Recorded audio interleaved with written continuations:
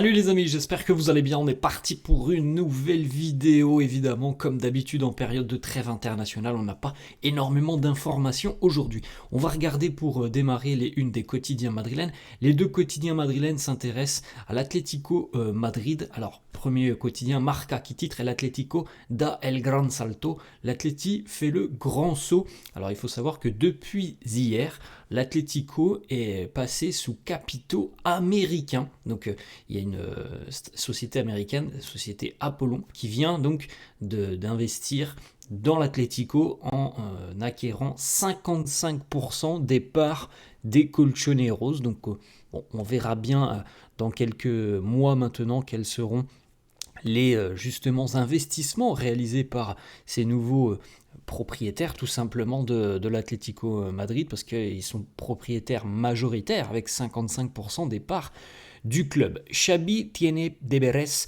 on en parlera dans quelques instants, on l'avait évoqué ce week-end les amis, 2 blessures côté madrilène, les blessures sont confirmées depuis hier. La une de As qui titre Un Atlético más fuerte, un Atleti plus fort, avec une énorme valeur pour le club. Bon, on va pas véritablement rentrer en long et en large dans ce qui fait que l'Atlético a pris beaucoup de valeur depuis quelques années, mais en tout cas c'est une donnée importante, voilà, des Américains qui sont rentrés donc pour investir dans l'Atlético.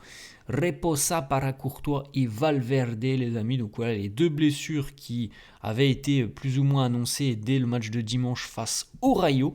Thibaut Courtois est touché, un problème au niveau du muscle de la jambe droite. Alors pour le moment, on estime l'absence de Thibaut Courtois à une quinzaine de jours, donc il reviendra peut-être, et on l'espère, pour le match face à Elche, donc c'est le premier match d'après trêve internationale dans une grosse dizaine de jours. On verra bien. Alors, on ne sait pas si Thibaut sera apte pour ce match. Ça se jouera à quelques jours près. En ce qui concerne Fede Valverde, Fede lui aussi est touché avec là aussi un problème au niveau d'un muscle au niveau de la jambe droite.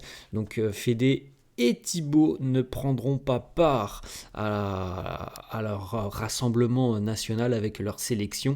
Fede n'ira pas avec l'Uruguay, Thibaut n'ira pas avec la Belgique. Et sincèrement, alors pour Thibaut, il est quand même plutôt très très à l'aise depuis le début de saison. Et bon, un pépin physique, ça peut arriver. Pour Fede, les amis, je trouve quand même que ça devient de plus en plus inquiétant parce que malheureusement, on l'a répété là depuis 3-4 jours, depuis février-mars, la fin de l'histoire avec Carlo Ancelotti, malheureusement pour Fede, il y a beaucoup de pépins physiques, donc il y a derrière tout ça, il y a une véritable fragilité chez l'Uruguayen, une fragilité qui est visiblement grandissante parce que l'histoire se répète pour Fede. Là, franchement, il y a une blessure, au moins une blessure par mois pour l'Uruguayen. Donc, je pense très sincèrement qu'il faut faire très attention avec Valverde. C'est mon avis. Là, depuis 6-7 mois, c'est quand même pas anodin d'être autant touché. Alors, on touche du bois les amis, à chaque fois c'est des blessures, allez 10-15 jours, mais on a quand même quelque chose, un problème sous-jacent chez Fede, l'accumulation de matchs et de rythme peut-être depuis quelques mois, voire quelques années. On sait que Fede c'est un joueur, je crois même qu'on avait eu la stat, c'est le joueur le plus utilisé sur la saison dernière, tout club confondu, c'est lui qui a le plus joué. Donc je pense très sincèrement qu'il faudra le ménager après trêve encore un peu plus le ménager parce que on a l'impression, c'est l'impression que ça laisse les amis, qu'on est en train de tirer sur la corde avec Fede et qu'il pourrait y avoir un pépin beaucoup plus sérieux. C'est pas ce que l'on souhaite parce que on sait à quel point ça peut être un joueur qui peut avoir un rôle important. Ensuite, on jette un petit coup d'œil les amis, donc voici la liste mise à jour des blessures côté Real. C'est dommage, c'est frustrant les amis parce que on a des retours de blessures et dans le même temps il y a de nouveaux blessés, donc on n'a jamais un groupe au complet comme d'habitude. Bref, les 6 blessés à l'heure actuelle côté Real: Tchouaméni, Carvajal, Mastantuono, Rudiger, Courtois et Valverde. Alors Il y a des retours qui sont prévus là d'ici à quelques jours, et puis il y en a d'autres, c'est un petit peu plus long. L'entraînement hier à Valdebebas, alors les amis, les différents internationaux ont rejoint ou sont en train de rejoindre leur sélection nationale. Pour les autres, évidemment, eh bien, on reste à Valdebebas, on continue de travailler. Alors, comme sur les 2 précédentes trêves internationales, il y aura certainement des jours de repos qui seront accordés par Xabi Alonso. Alors ça arrivera peut-être, je sais pas, jeudi ou vendredi, j'en sais rien, mais il y aura des jours de repos qui leur seront accordés. En tout cas, hier, c'était entraînement.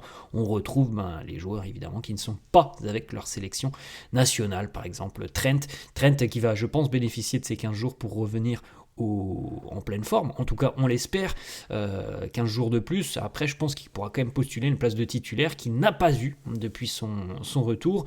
On a du Ferland Mendy, on a aussi par exemple Hendrick que l'on voit. Il y en a d'autres, évidemment, des joueurs qui sont présents à Valdebebas.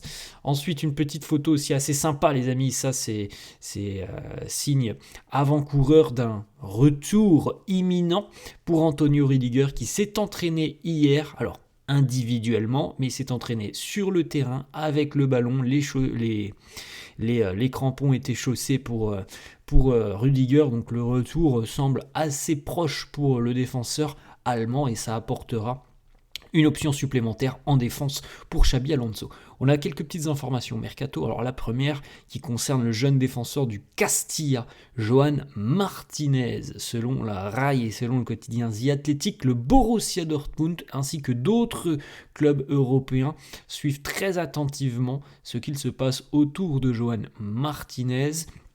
Je ne pense pas, les amis, que le Real soit vendeur en ce qui concerne le jeune Joan Martinez. Il est considéré comme une promesse et peut-être d'ailleurs à terme un joueur de l'équipe première. Donc j'ai du mal à imaginer le Real écouter des propositions en ce qui concerne Joan Martinez, à moins peut-être que ça ne soit des propositions de prêt, justement pour lui permettre d'aller se développer un petit peu plus à l'étranger. Joan Martinez d'ailleurs ne devrait pas quitter le Real, puisque le Real a placé beaucoup d'espoir en lui. Il a signé une prolongation de contrat il y a à peu près 1 an, en octobre 2024, et en plus de ça, il a quand même une clause libératoire qui est assez élevée, 70 millions d'euros. C'est bien plus que ce qui se passe du côté des joueurs de la Castilla habituellement. Un joueur du côté de la Castilla, il n'a pas une clause à 70 millions d'euros habituellement, sauf cas exceptionnel de joueurs très très prometteurs comme Joan Martinez. Donc voilà, si véritablement un club voudrait l'acheter, c'est 70 millions d'euros.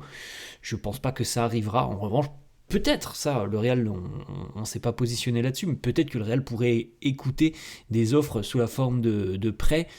Bon, c'est mon avis, encore une fois, c'est que j'y crois pas spécialement. Je pense que du côté du Real, on veut lui donner cette possibilité de continuer avec certitude à jouer cette saison, parce que nous dire il va partir en prêt, je prends un exemple, les amis, du côté de Dortmund, on n'a pas la certitude qu'il va aller chercher une place de titulaire du côté de Dortmund pour se développer sous la forme d'un prêt. Ça peut être un petit peu ce qui s'est passé avec Jesus Régnier, les amis, où au final il est parti en prêt, il n'a pas eu de temps de jeu. Donc il n'y avait aucun intérêt derrière du côté du Real.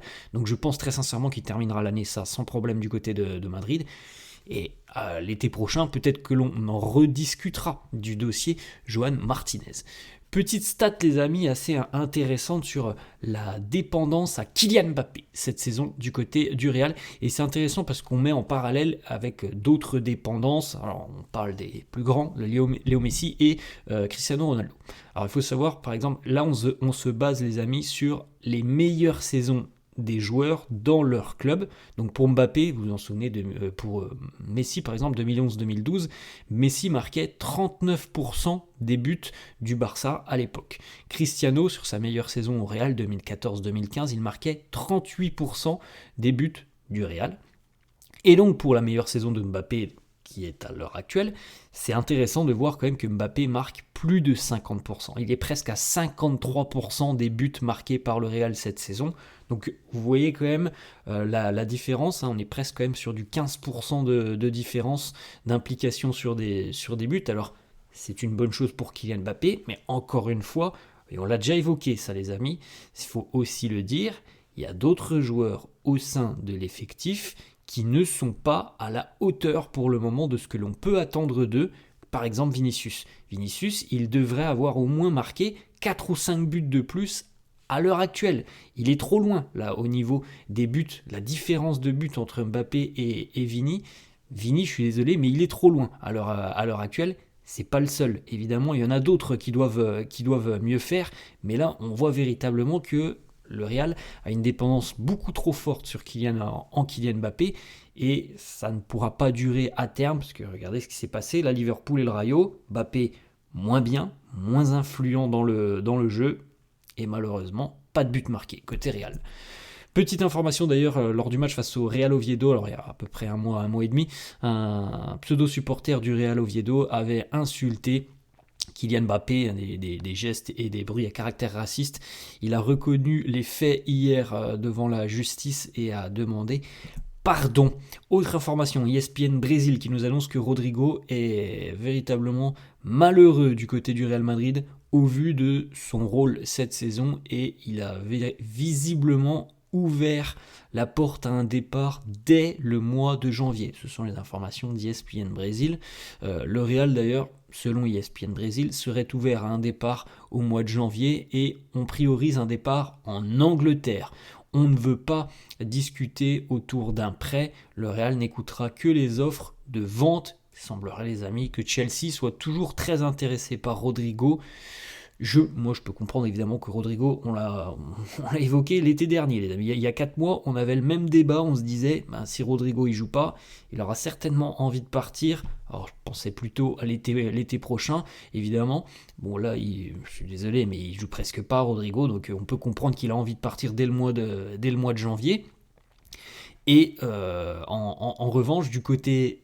Je me base là du côté Xabi Alonso, du côté club, du côté du Real. Je ne sais pas si véritablement le Real a envie d'un départ, souhaite un départ de Rodrigo au mois de janvier. C'est malgré le fait que ça ne soit pas un élément visiblement très important pour Xabi, étant donné le statut qu'on lui confère et le rôle qu'il a.